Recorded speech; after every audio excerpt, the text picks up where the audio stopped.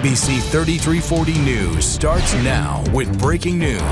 Right now, fire and rescue crews are on the scene of an apartment fire in the Ensley area. Fire Chief Scott Harbison tells ABC 3340 investigators are still working to determine the cause of the fire. Test results are expected back today on that patient to help determine if the person has Ebola or some other illness. Developing now, Blount County authorities launch a manhunt for an escaped inmate. Jail workers confirmed to ABC 3340 tonight capital murder suspect Justin McNeil got out of the county jail in Aniana. The nephew is 24-year-old Baradelli Pedro. Police tell me he was shot multiple times Sunday by his uncle. A big cleanup in New York right now. The city is starting to dig out from the massive snowstorm that buried parts of the eastern United States. Honora, the fire is out now, but you can see the house here behind me. There's a lot of damage. The Birmingham Fire Department tells me most of the damage is in the front half of the house. Local pastors brought these two men together today for the public apology. One reverend who I spoke to told me the city will heal, but having Mayor Bell and Councilman Lundy come together like they did today helps the city heal faster. Developing right now, a massive fire burning tonight in the Mount Olive area. But fire crews are not actively trying to extinguish the 40 acres of flames. Jennifer, this is the home where the fire happened. Some people did make it out okay. Dave and Brenda, the Bradley family home only sustained minor damage, but their barns here behind their house are destroyed. Pieces of them now scattered across the property. These are pieces of the Bradley family's barn roofs, damaged in Tuesday's tornado. We heard the hail start hitting the house, and my son glanced out the window over his shoulder, and he saw one of the large trees start to fall, made eye contact with me, and the hair stood up on the back of our neck. Jennifer Bradley didn't believe a tornado came through until she walked outside.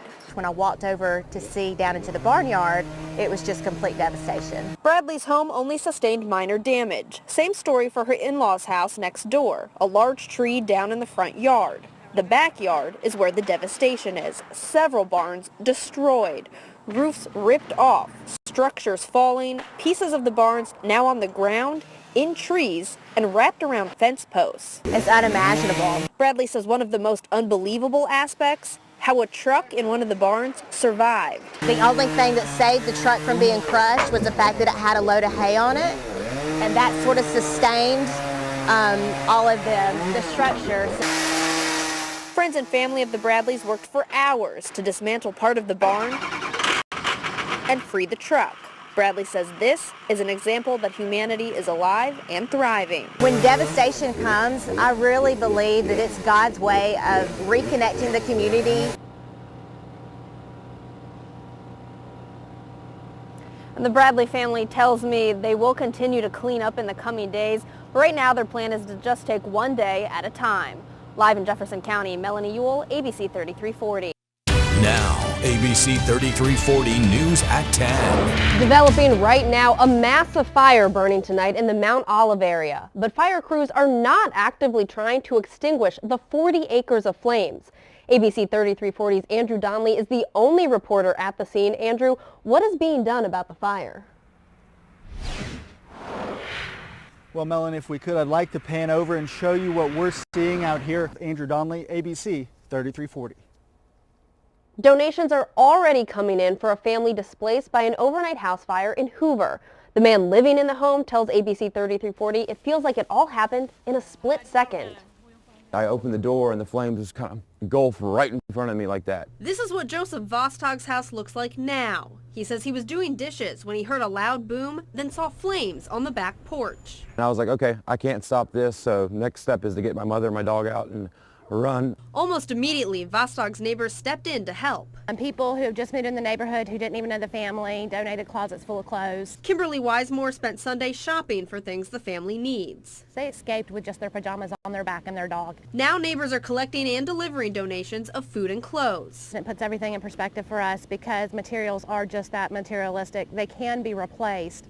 But our lives matter. Vostog says this has been a very scary time. I was panicking a good bit because something like this has never happened to me, and for it to be so big and 3 fire trucks was unbelievable. But he's thankful for the help he and his mother are now receiving.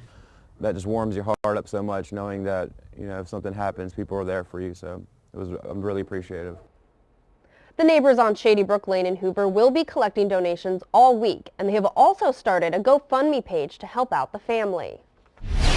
And police in Walker County say a missing teenager may be in trouble. Dora police posted a picture of 19-year-old Nicholas Hawkins on their Facebook page. ABC 3340 spoke with Dora police tonight. They say Hawkins was last seen Saturday night. Hawkins' family told police he said someone was trying to hurt him. If you have any information, call Dora police. A man is dead in a shooting during a robbery in Fultondale. Online reports say Ronnie Fascina died Saturday. He was shot during the robbery Wednesday evening. Two men, Joshua Dixon and Cameron David, are charged with burglary, robbery, and kidnapping. The incident is set for review this week by the district attorney's office. More charges may be filed. And here's a reminder, a memorial is set for tomorrow to honor two people killed by a gunman in Hamilton. Donnie Miller and Linda Cole lost their lives in the shootings Wednesday. The vigil is set for 6 Monday evening at the Hamilton Recreation Center. The shooting suspect, Jimmy Cooper, was booked into the Marion County Jail Thursday. He's charged with 2 counts of capital murder and kidnapping. The Calhoun County Sheriff's Office says a man is accused of stabbing his roommate Saturday night. Kirby Bryant of Oxford is charged with attempted murder. We're told Bryant and his roommate got into a fight during a party. That fight led to the stabbing. The sheriff's office does not know the victim's condition. One person is now behind bars after fighting with Calhoun County deputies.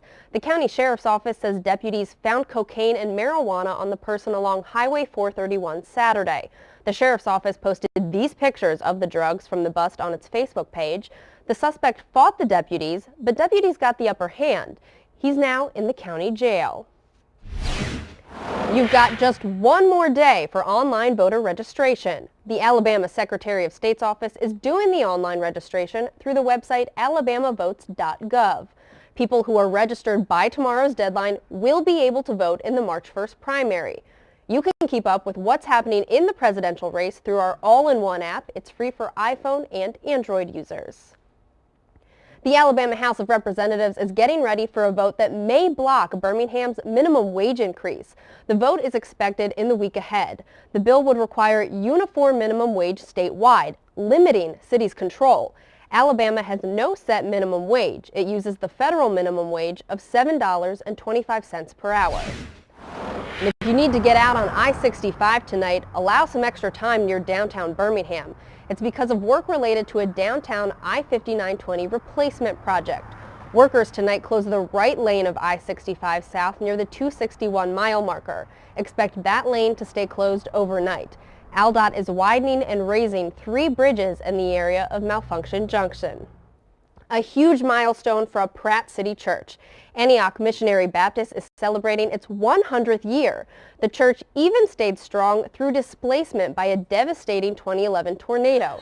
It's that strength that residents say is keeping Pratt City together. After 10 pastors, 100 years, and a few different buildings, the church is standing. It's very important because it's saving lives. We need this church. And to make it to heaven, you're going to have to be on God's side. Many homes in the area were destroyed in the tornado, but residents say thankfully, Pratt City is finally starting to grow again. A Taste of Alabama is about to get nationwide recognition on TV. Travel Channel rolled into Birmingham for a visit with Catfish Restaurant born in Alabama waters. The network shot video today at Easels Express. The restaurant's story started with a man selling catfish and hush puppies along the Tombigbee River. He started the Catfish Cabin restaurant chain. Easels Express is a fast casual extension of that business. To be fun. It's going to be, 9 cameras and a fully operational restaurant on Valentine's Day. So it's a big honor, and it's about the entire history in a segment. The owner says the Travel Channel is giving Easels Restaurants credit for pioneering catfish and hush puppies. Federal help for Flint. The big request for better health care, what it could mean to thousands of people exposed to contaminated water. Mexico Mass. The Pope visits a neighborhood plagued by poverty and violence. How he's encouraging people to take hold of their future.